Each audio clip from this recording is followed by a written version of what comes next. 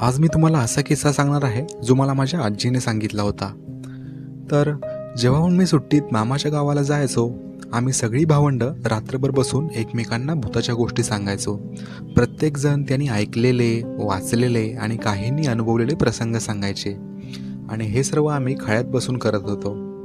तर आमच्या गोष्टी ऐकून आजी, आजोबा, शेजारचे घरातले जे कोण त्यावेळी तिथं बसले असेल ते त्यांचे अनुभव सांगायचे. मग काय, गोष्टी खूपच रंगायच्या आणि ऐकायला सुद्धा मजा यायची. असंच एक दिवस आजीने आम्हाला सांगितलेली गोष्ट मला चांगलीच आठवते. तर अशी, माझे आजोबा त्या काळी कामानिमित्त मुंबईला असायचे. तेव्हा आमचं गावचं घर खूप मोठं होतं, शाळेचे वर्ग भरतील एवढं.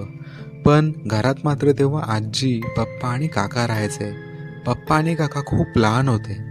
तेव्हा शेजारची एक मुलगी आजीसोबत रात्री झोपायला यायची. तेव्हा